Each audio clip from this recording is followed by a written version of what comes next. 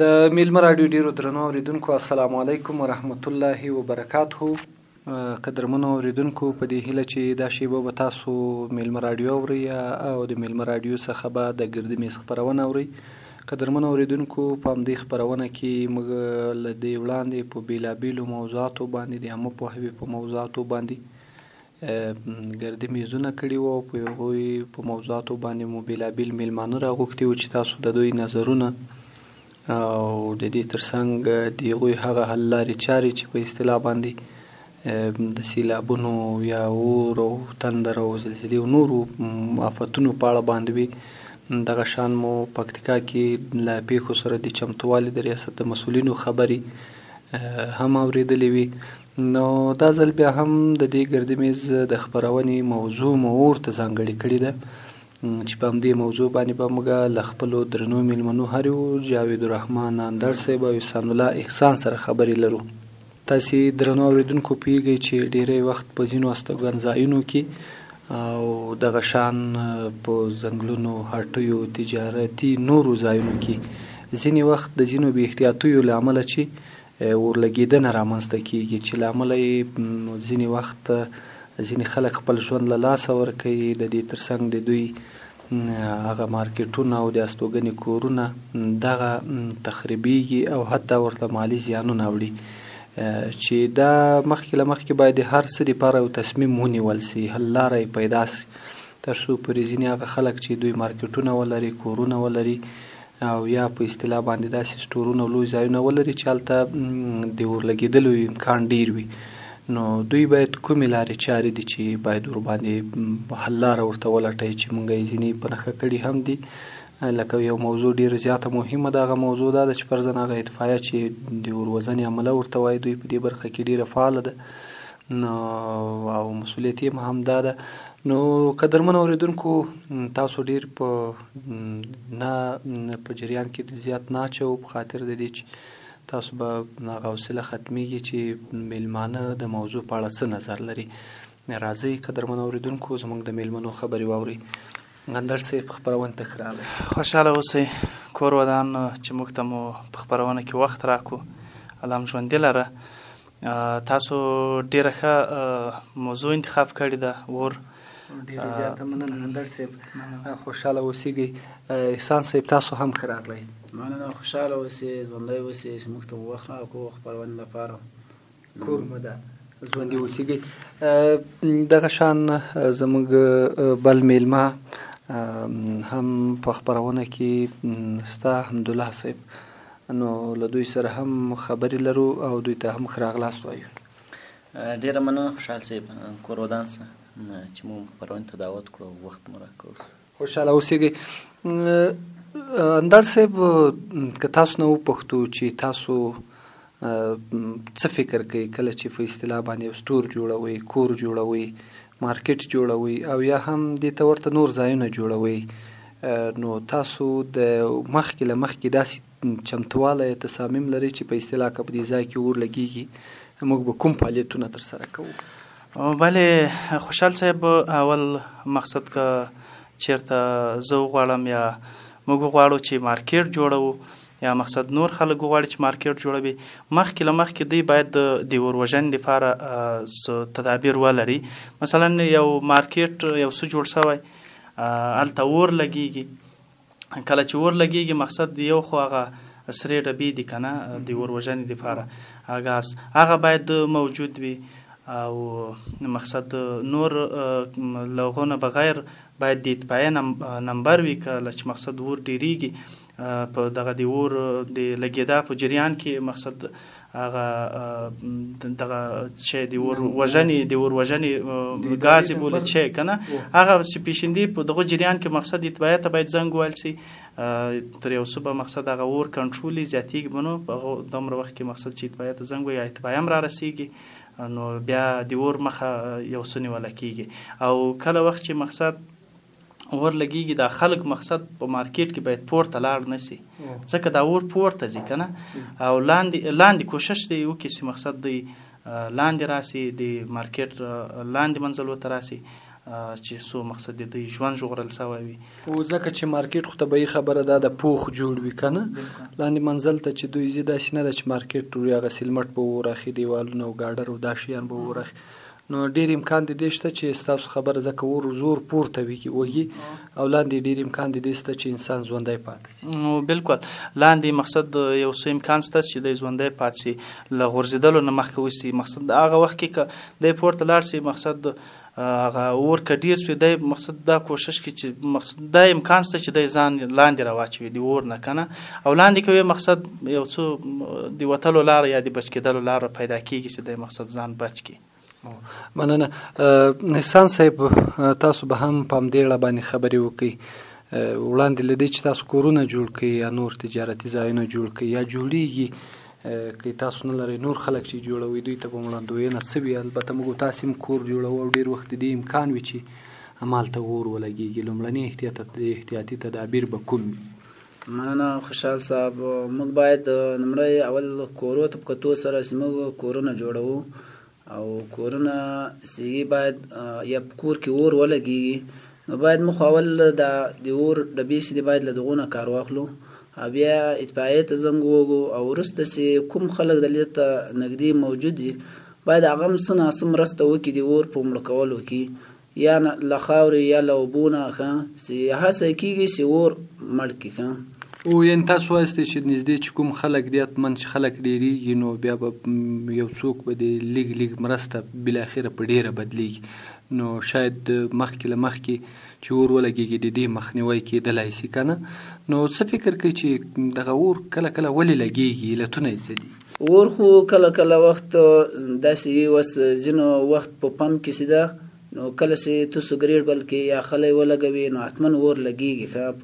کورونو کې چې د ګاش ډبې دي بخار دیګونه دي کله وخت چې ګاش ډبه وچوي دې لامل اور کور کې لګېږي نو دا لاملونه دي یو څه چې په کور کې ګاش ډبه او پمپ خواته مطلب سګرېټ نه یا لبس نه داسې کار واخلي چې هغه اور لګېږي نو اور پسې زیاتېږي اور له امله زیات اور زیاتېږي پسې او تاوان جوړوي. مننه.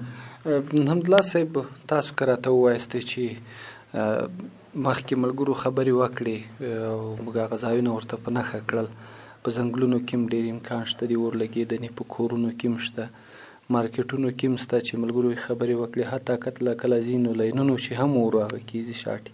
ستاسو نظر څه د لومړي چمتووالي کې باید څه ترسره شي؟ ډېره مننه خوشحال صاحب. واقعا زه نن په یو داسې خپرونه کې مېلمه کړی یم چې زه د اور وژنې یا د اور عیني شاهد یم. تاسو په جریان کې چې موږ دکان وو سوځلی و که نه اور یې واخیست نو کله چې اور مقصد یو اور لګېدنه خاصه د ګاز کوله سوې وه که نه نو څه بې احتیاطي شوې ول موږ نه. نو تاسو یادونه وکړه چې په اصطلاح زموږ عملا د یوې داسې صحنې شاهدان وو چې هلته اور رامنځته سوی و نو هلته البته بې احتیاطي ترسره سوې ده ځکه که بې احتیاطي نه وای ترسره سوې شاید دا ډول پیښې نه وای. بې احتیاطي خو سوې وه ځکه ګاز خلاص رانه پاتې شوی و په هغه څندلې کې ژمی و نو یخ زیات و هغه زیات ګاز خلاص رانه پاتې شوی و نو اور بل شوی و. کله چې اور بل شوی و دغه شیټر نه لږ تودوخه یا مثلا دغه دوګی راوتلی و مخامخ یو دکان و نانبایي هغو موږ ته خبر راکړو چې تاسو دکان کې اور لګېدلی ده نو دغه پاس چت کې ډاکټرانو اوسېدله خو طبعا لږ پوهه لري معلومات ورته دغه څنګه کورونه چې کوم هغه یې لاندې راوستي وو او دغه موږ چې کله بازار ته رالو نو د ټول اول هدایت دا و چې تاسو باید د څنګ لور دکانونه راوغواړئ تر څو دغه دیوالو ته ایښي سامان دا کوز کړي یا خپل دکانونه خلاص کړي که چېرته اور خدای نکرده زیاتېږي نو دغه کوم سامان چې ده دا باید باندې وباسي که نه لا اور پسې بلیږي مخ ته پسې ځي ځکه د اور توکي څومره زیات پکېږي هغه د سون توکي نو دغومره به اور هم تیزېږي او صورت به یې هم تیزېږي. موږ د غالیو توسانو دکانو دا زیاتر ګازي وي پکې ګاز نه جوړ شوي وي ګاز پکې وي نو بیخي یو مخ د اور شدت زیاتېدو یو خو دغه اطفایو بعضې ماشینونه چې دي کم و غټ وي که نه نو یو ماشین راغی ډېر کم و چې کله به اوبو ته زور ورکړو نو اور بلا تېز شو وروستو مقصد دغه اطفایې بل غټ ماشین راغی تر ډېره بریده یې ور کنټرول کړو. یو بله خبره خوشحال صاحب دغه د اطفایي مرکزونه باید په یو داسې نقطه کې جوړ شي چې تقریبا ټولو جانو ته رسیدګي وکړي که نه زیاتره وخت داسې ځای کې اور ولګېږي هغه د اطفایي مرکز لري تر څو چې هغه د اطفایي ماشین هغه د اور لګېدن ځای ته رسېږي هر څه سوځلي وي منځه تللی وي نو ښه دا ده چې دغه د اطفایي مرکز هم لږ مرکزي نقطه کې جوړ شي دا به هم ښه وي. یوه بله خبره بعضې کورونو کې موږ تاسې دغه کورنی ژوند داسې جوړ شوی ده د اور بلېدو ځای وي بیا پسې څنګ ته دغه د اور سوځېدلو سامان یې مقصد دغه چې ورته بوټي او لرګي ایښي وي څنګ ته ورسره پسې د حیواناتو ځای وي که نه دا که چېرته هلته اور لګېدنه کېږي بیا ورسره څنګ ته بوټي ایښي وي هغه ورپسې اخي حیواناتو ته پسې انتقالېږي نو دا خو انسانان خو تقریبا پوهه او شعور خدای جل جلاله ورکړي دي زر ځان کنټرولوي یا بهر وځي یا نورو سره همکاري کوي حیوانات خو بیا په دغو باندې نه پوهېږي که نه نو هغه هم ترې زیانمن کېدای شي نو زه لږ دا کورونو کې هم که احتیاط وسي دغه د اوسېدلو ځایونو سره چې مقصد انسانان څنګه ژوند وکړي یا اور ته داسې ځای جوړ کړو چې خدای نکرده نه اور خو یوازې مقصد له اور سې نه پېښېږي خدای نکرده بخار چوي نه ده یو رقم صدمه رامنځته کېږي ګاز ډبه چوي نو دغو شیانو سره که احتیاط وسي انشاءالله نو کنټرول به وي دا شی.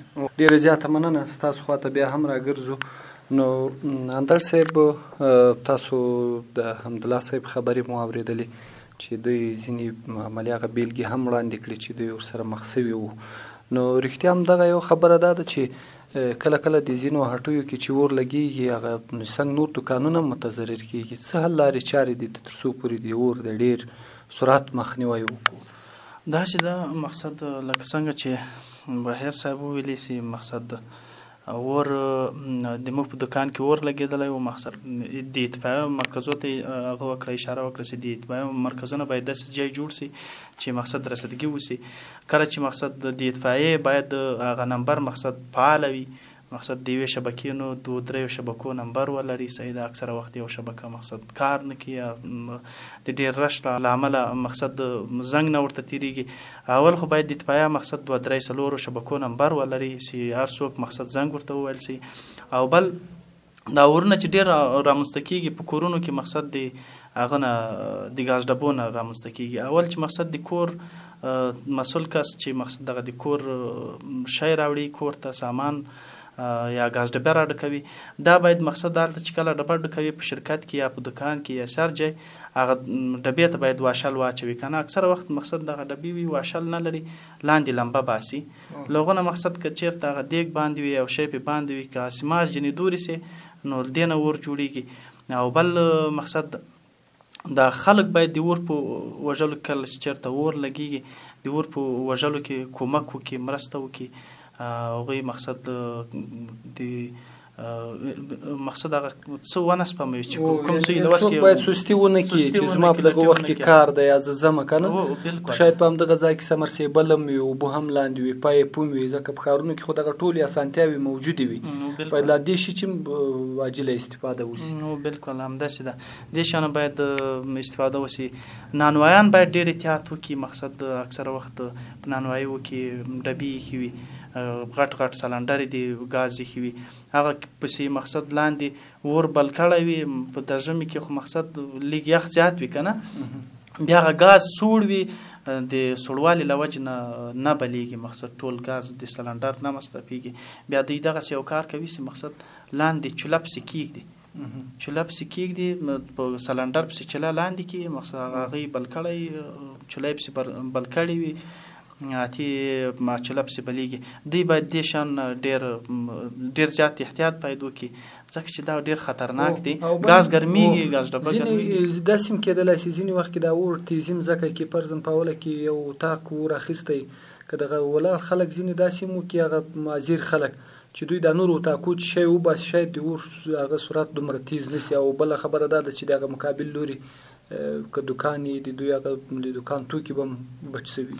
بالکل خوشحال صاحب دا خو صحیح خبره ده رښتیا خبره ده چې مقصد یو دکان کې اور بل سو دغه نور دکانول د څنګ همسایګان یا دغه نږدې نښتي دکانونه پسې دا باید دا کوشش وکړي چې مقصد دوی د خپل دکان شی وباسي هغه مقصد لري کې ځکه دا اور کې داسې نور پسې وخت سي که نه یا اطفایه وځنډېږي یا مثلا مرسته ونه رسېږي نو په دې سره اور زیاتېږي نو دا خلک باید داسې وکړي.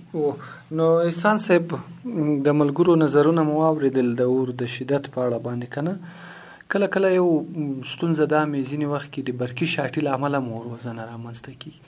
زمونږ استاسو خلک یا ډېر خلک د ننني په مارکیټونو کې بند لاینونه بیایي په دیوال کې که نه که شاټي وکړي دومره ډېر تاثیر نه وي.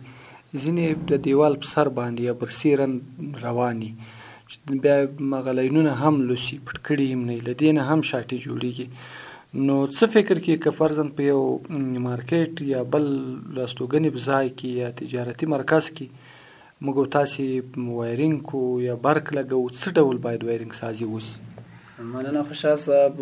اول خو د ښارونو کې باید داسې وایرینګ سازي وشي چې هغه وایرینګ سازي پټه وي او باید لوسې پرې نه دي ځکه په ښار کې چې دا وایرینګ شاټۍ له امله اورونه لګېږي. نو باید یو څوک چې لاین تېروونکي چې دي هغه باید داسې کار وکړي چې هغه لاین چې دا مکمل توګه پټ وي او کوم ځای پکې لوس نه وي ځکه کله چې باران شي باران له امله چې هغه شاټۍ وکړي لاین دلته اور رامنځته کېږي. نو اول خو دا بازار کې کوم خلک دی له یو چې غوښتنه دا ده چې لاین تېر وي چې باید لاین چې دا باید پټ وي او مکمل باید پټ وي او کوم ځای پکې خالي نه وي په دې کې ځکه شاټۍ منځته راځي. نو ځینې وخت بیا یو بله موضوع مې یعنې یو موضوع نه ده چې موږ خالي په همدغو استوګنې په کورونو په ځنګلونو کې مو اور لګېږي. نو هلته به ستاسو فکر باندې د اور لګېدنو لاملونه څه وي؟ او بالکل خوشحال صاحب ځنګلونو کې مو ځینې وخت اور لګېږي او خو د ځینې زیاتې تودوخې له امله چې تودوخه زیاته وي په ځنګلونو کې مو اور لګېږي. نو د تودوخې لامل به وي چې په ځنګل کې اور لګېږي. او ځینې وخت کې ځینې خلک بې مسؤلیته اورونه هم بلوي ستاسو کور؟ اوس ځینې وخت داسې ځنګل کې ته نږدې خلک اور بل کړي له اوره چې ځنګل اور پسې واخلي او په ځنګل کې اور پسې بل شي. صحیح ده. بهیر صاحب د ځنګلونو اور په ځنګلونو کې هم اور لګېږي. ځینې وخت هلته خلک صحبتونه کوي چې یو ځای د ځان ګرمولو یا څه پخولو دپاره اور بلکې ټول ځنګل اور واخلي او یا په اصطلاح باندې کله کله ځینې ماشومان یا په اصطلاح باندې هغه سیل کوونکي په ساحه کې اور بلوي یا له بل چې سپرغۍ راځي همدلته په ځنګله کې اور لګېږي. خو ځینې خلک بیا ډېر ورته لنډ چې دوی توانېدلی شي هغه اور ډېر زر مړ کړي که نه. نو ځکه په اوس په غرونو کې باید اطفایه څه ډول رسیدګي وکړي خلک ډېر مهم دي چې هلته هغه وکړي. نو په دې وخت کې دغه د خلکو همکاري څومره مهمه ده؟ مننه خوشحال صاحب. دغه تر ټولو مخکې باید یو د احتیاط خبره یاده کړو. که چېرته له اور سره احتیاط وکړو هېڅکله به پیښې هم نه جوړېږي که نه. خو بیا هم خبره بېرته راځي بې احتیاطي ته. بالکل زیاتر ملګري ما لیدلي دي که نه ځنګلو ته لاړ شي په سیل په میله لاړ شي نو هلته چې راځي کور ته یا ماښام یا مازدیګر نو دوی تلوار وي هغه زیږدان یې بل کړی بیا هغه د دوی خبرې وایي دغه د هغه خواړه سم راځي دی اور نه ده یو خو د ګاز ډبې یو دغه د خپله د په ځنګل کې دغه د سون توکي لرګي یا د بوټو هغه سم راځي خواړه نه ده. نو دوی هغو شیانو ته بس پام یې دغو ته یې پام نه وي چې بیرته وځو ځنګل نه باید څه وکړو څنګه باید ځان را کنټرول کړو ځنګل حفاظت وکړو ځنګل نه د سون توکي څنګه نور وباسو یا مثلا خنثی کړو.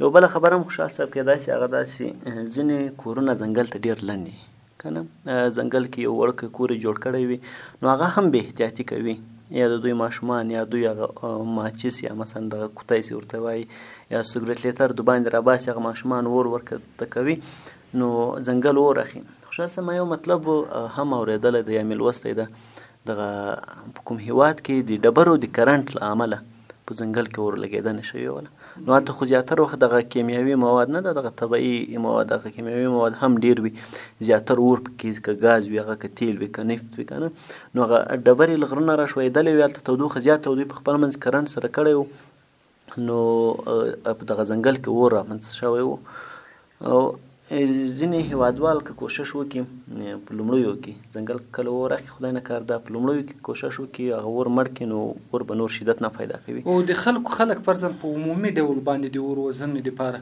که په کور کې لګېږي په کلي کې لګېږي که نه ورې خلک څه کولی شي فرضاً اطفایه خو دا خو مسؤلیت یې د موږ ملګرو وویل چې باید اطفایه نمبر یې له یو چا سره ځکه د اړتیا په وخت کې دوی ته زنګ ووهل شي او دوی مسؤلیت هم لري په وخت ځان رسوي. د کلي خلکو مسؤلیت څه جوړېږي تر څو پورې دوی د اور کابو کړي او د ډېر تاوان مخه ونیسي؟ د کلي مسؤلیت خو بیخي زیاته په دې پیښه کې، ځکه دغه لومړی که اور مقصد دغه شدت یې کم وي که نه، یو غټ جمفر یا غټ کمپل هم کولی شي د اور مړ کړي که نه. که بیا زیات وي هڅه باید وسي اوبه ورته راوړي، که بیا هم یو مخ زیات وي دغو جملې یو کس اطفایې ته خبر ورکړي، نور د دوی د امکان تر حده پورې اوبه راوړي، نور همکاري دوی وکړي تر څو د اور مړ کړي که نه. زیاتر هېوادوال ما په خپلو سترګو لیدلی دی یوازې د سیل په خاطر باندې هلته ځي او تر څو ودرېږي، ځکه یو خو هغه ذهني فشار په هغه کورنۍ هغه په کوم صدمه چې ورته رسېدلی ده په هغو باندې اچوي، بل دوی هم له خطر سره مخ یې د اطفایې موټر راځي بس ارننه ویي دوی یې مخ ته ولاړي تقریبا 10 منټه په دغو سره وځي ستاسې لرسئ د موټر ته لار ورکړي تر څو د اور مړ کړي که نه.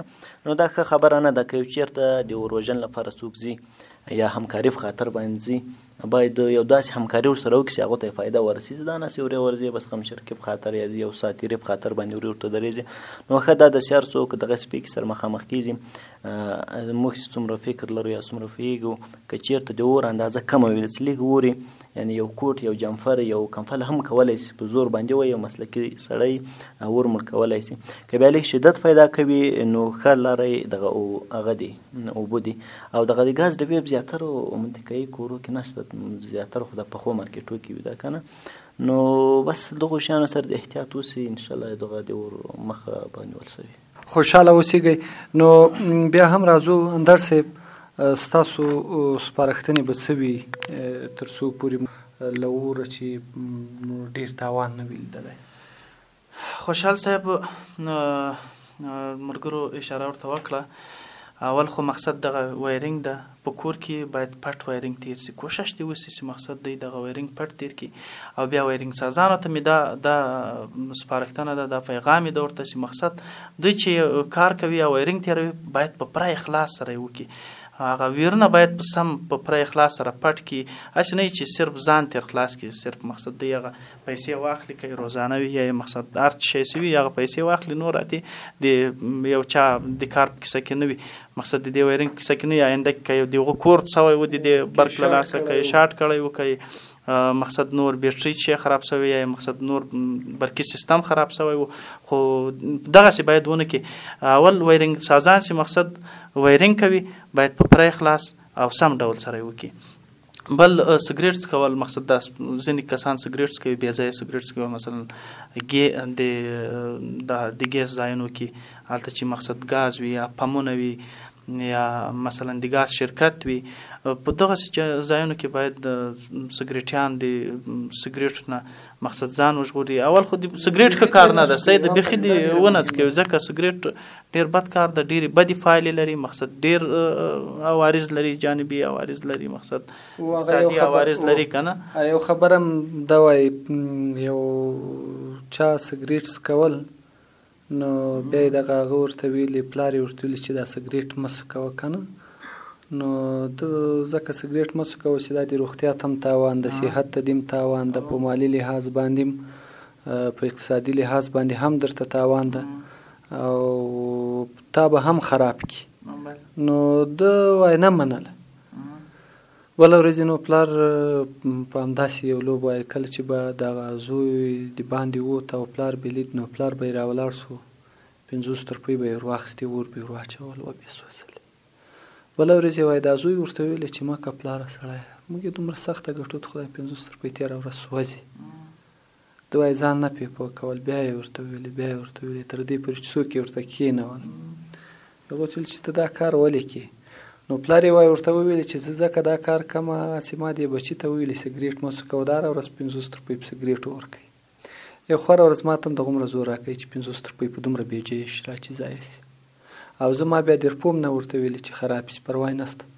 خو مګر خبره دا د 50 روپۍ نه بلکې د ده د ورځې 1000 روپۍ د دوی صورت خوړل کېږي، د دې څو چنده ډېر بډوګي ور خرابوي، صحت ته یې تاوان رسوي، ساه یې ټپه ټپه کېږي، د ما نه پې لورېږي چې دی دا لوبه وکړي. دا کار ما د ده لپاره شروع کړی.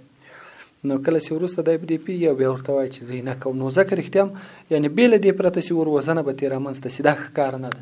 او بالکل ښه کار نه ده. اقتصادي تاوان هم د مقصد که په دغه د سګریټو په دوی مقصد ځان ته یو شی واخلي، یو شی وخوري، یو میوه وخوري پې، یا مثلا دغسې یو بل شی وخوري پې، هغه مقصد د صحت لپاره ډېره زیاته ګټه ده. نو له موضوع نه وځو، بیرته موضوع ته راګرځو. سګریټ اول خو دې څکوي، نو بیا که یې څوک څکوي او نه یې مني، بیا مقصد د ګاز په شرکتو کې، په تیل پمپو کې او په دکانو کې مقصد دغسې ځای باید سګریټ ونه څکول شي. دا مقصد اور رامنځته کوي.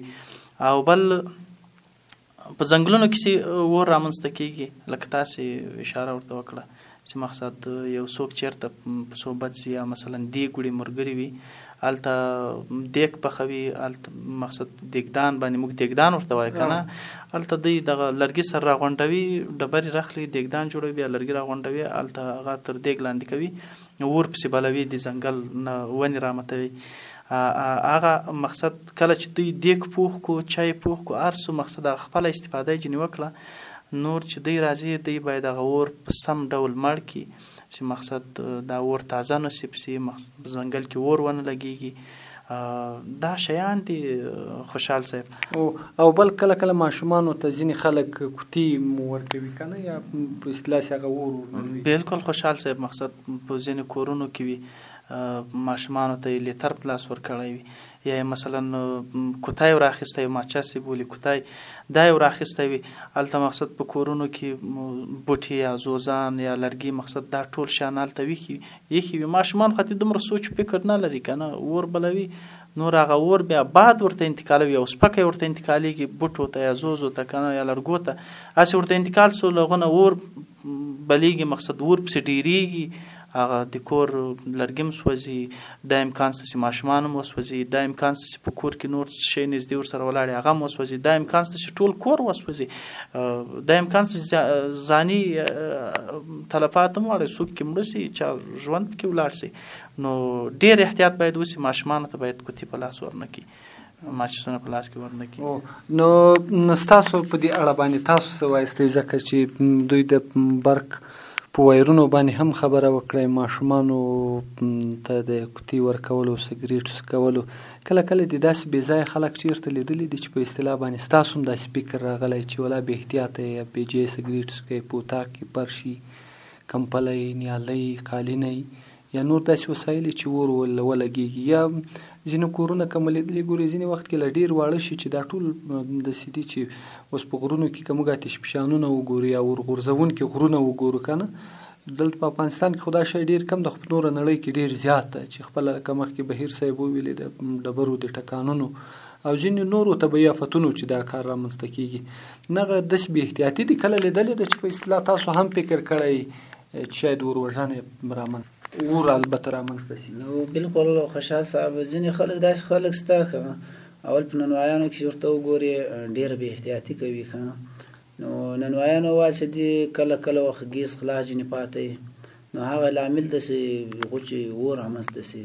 او ځینې وخت په کورونو کې اوس لکه په کور کې سي ماشوم ته سي یا هغه په لاس کې ورکړي، کوتۍ په لاس کې ورکړي، نو هغه ولاړ سي د باندې اور بل کړي، له هغه لامل هم اور رامنځته کېږي. ډېر ځای مو لیدلی دی چې داسې کم هلکان یې بس کم اور یې بل کړی د دوی ساتېري لپاره، نو خپلې ساتېري پرې کوي، له هغه نه وروسته دا اور دغسې پرېږدي پسې پرېږدي، ځینې وخت اور پسې زیات سي، کور ته هم اور لګېږي، دا کوم کور مخته چې بوټي هغو ته هم اور لګېږي، نو دا ټول زیان رسېږي، مالي زیان هم رسېږي ورته، زیاني زیان هم ورته رسېږي. ځینې کورونو کې کوم شیان دا ټول سوځل کېږي.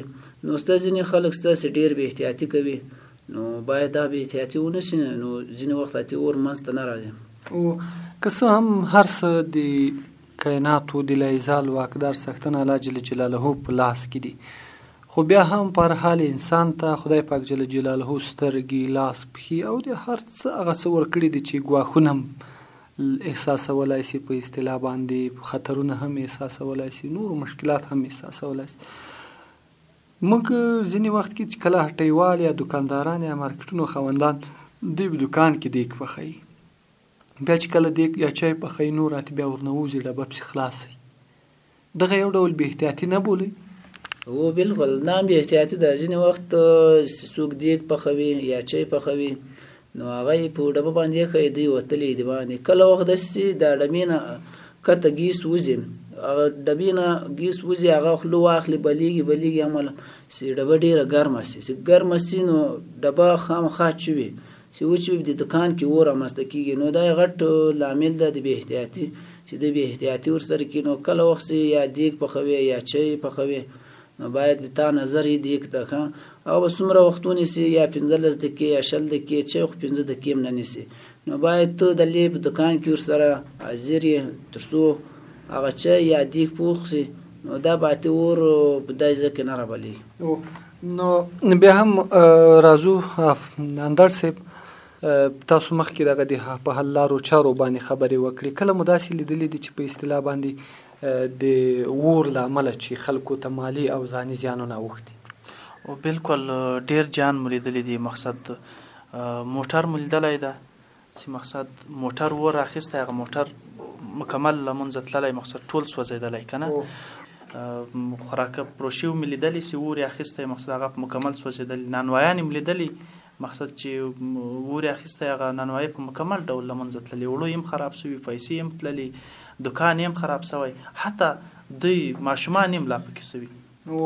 نو ستاسو فکر که ته چېرته کور جوړوې، دکان جوړوې، سټور جوړوې که نه، ستاسو به په د جوړښت کې د اور وژنې دې برخې ته څومره پام ویسي تر څو په راتلونکي کې خدای مکړه دلته اور رامنځته نه شي؟ د ما به مقصد ډیر زیات پام یې ورته، دا تدابیر به مقصد ورته نیسو. لکه مخکې چې اشاره ورته وکړه، هغه ګاز ډبې دي چې اور وژني که نه، هغه به لګوو. د اطفایه نمبر به مقصد په څنګ کې ورسره لګوو، که په دکان کې وو مقصد مارکیټ مو جوړول هغه به موجود وي. دا ټول تدابیر به ورته نیسو، نو ورته پایدار به هر څوک باید ورته پایدار شي. بهیر صاحب، ستاسو اړخ ته هم راځو. تاسو کومې سپارښتنې لرئ په دې اړه باندې تر څو پورې مو د اور څخه د ډیر زیات تاوان او حتی انساني تلفاتو مخه نیولې؟ ځکه هر شی چې جوړوي، که موټرسایکل ته ورخیزي هم سره احتیاط لیکلی، او له هغه وروسته لومړي احتیاطي تدابیر لیکلي، او د وخت حکومتونه لایسنسونه او شی درکوي تر څو پورې ښه ډرایوینګ وکړي. نو دې لپاره اړتیا دا ده چې کله ته مارکیټ هم جوړوې، کور هم جوړوې، نو دغه طبیعي آفتونه دا خو داسې نه دي چې په ورځ یو نیټه یو وخت یې معلوم وي، البته یو وخت کې نه یو وخت کې لګېږي. د دې لپاره مو سپارښتنې څه دي؟